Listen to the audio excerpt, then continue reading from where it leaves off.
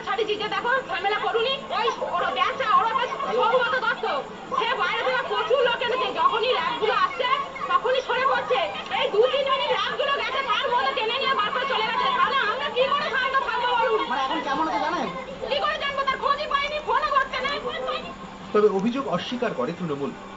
কালকে সারা রাত বিভিন্ন জায়গায় ভাঙচুর করেছে এবং বাড়ি বাড়ি গিয়ে বাইক বাহিনী তারা ভয় দেখিয়েছে। না আমার এই বিষয়ে কিছু জানা নেই।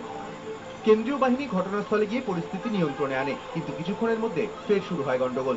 তৃণমূলের বিরুদ্ধে দলীয় এজেন্টকে অপহরণের অভিযোগ তুলে বুথের সামনে ফের বিক্ষোভ দেখাতে শুরু করেন সিপিআই সমর্থকেরা। দুপক্ষের মধ্যে সংঘর্ষ বেঁধে যায়। পরিস্থিতি নিয়ন্ত্রণে আনতে লাঠিচার্জ করে পুলিশ।